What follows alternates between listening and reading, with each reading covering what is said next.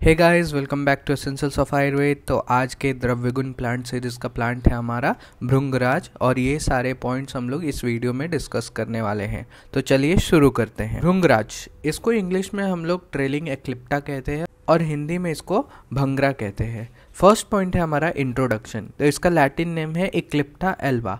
एक्लिप्टा जो वर्ड है वो डिराइव होता है एक्लिपो से, जिसका मतलब होता है to be deficient, to be deficient, ठीक है। और एल्बा का मतलब होता है वाइट, तो डेफिशिएंट वाइट, ठीक है। इसकी फैमिली है एस्टेरेसी फैमिली, इसका कुल है भृंगराज कुल। नेक्स्ट पॉइंट हम लोग देखते हैं क्लासिफिकेशन। तो चरक ने इसको कोई भी वर्ग में नहीं रखा है, भाव प्रकाश ने इसको गुडुची आदि वर्ग में रखा है। नेक्स्ट पॉइंट है हमारा पर्याय।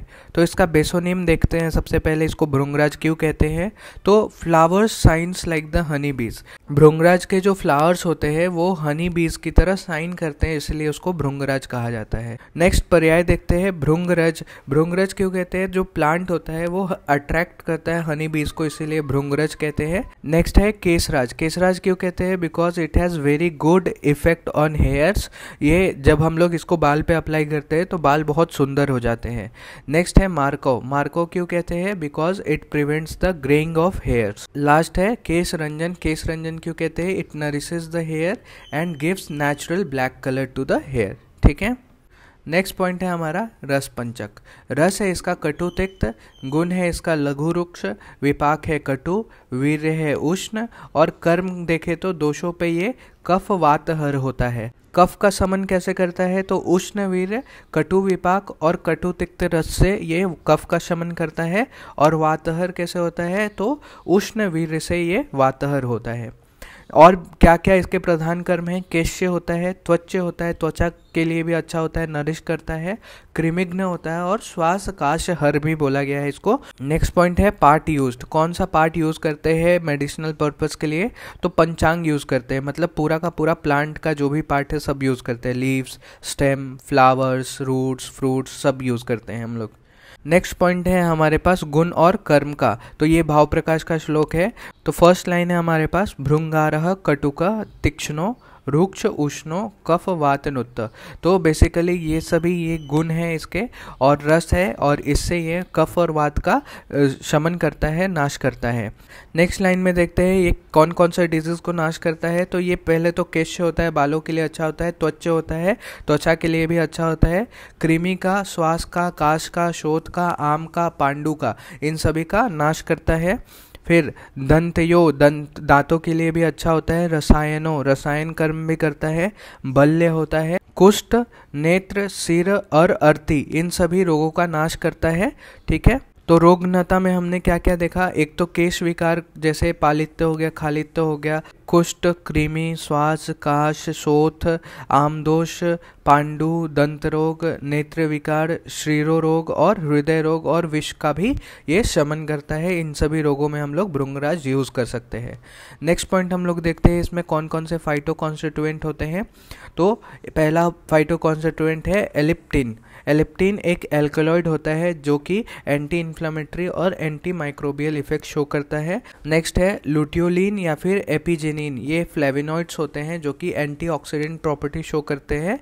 और नेक्स्ट है एक्लेल्बा सैपोनिन, ये टर्पिनॉइड्स होते हैं जो कि एंटी इन्फ्लेमेटरी और हेपेटोप्रोटेक्टिव एक्शन शो करते हैं। इसके फार्माकोलॉजिकल एक्शंस देखें तो ये हेपेटोप्रोटेक्टिव होता है, एंटीवायरल इफेक्ट देता है, एंटी बैक्टीरियल इफेक्ट देता है, परगेटिव होता है, हाइपोटेंशन कॉज करता है, बीपी को कम करने का काम करता है, फिर वुंड को हील भी करता है, अच्छे से वुंड को हील करने में मदद करता है। नेक्स्ट पॉइंट हम लोग देखते हैं इसके डोज के बारे में। अगर हम लोग भृंगराज का स्वरस देते हैं तो 5 to 10 ml हमें देना चाहिए। अगर भृंगराज का चूर्ण देते हैं तो 3 to 6 ग्राम हमें देना चाहिए। नेक्स्ट पॉइंट हम लोग देखते हैं इसके हैबिटेट के बारे में। It is found at 6000 feet from the sea level, 6000 feet ऊपर मिलता है, specially near by the marshy places as a weed के फॉर्म में ये हमें मिलता है।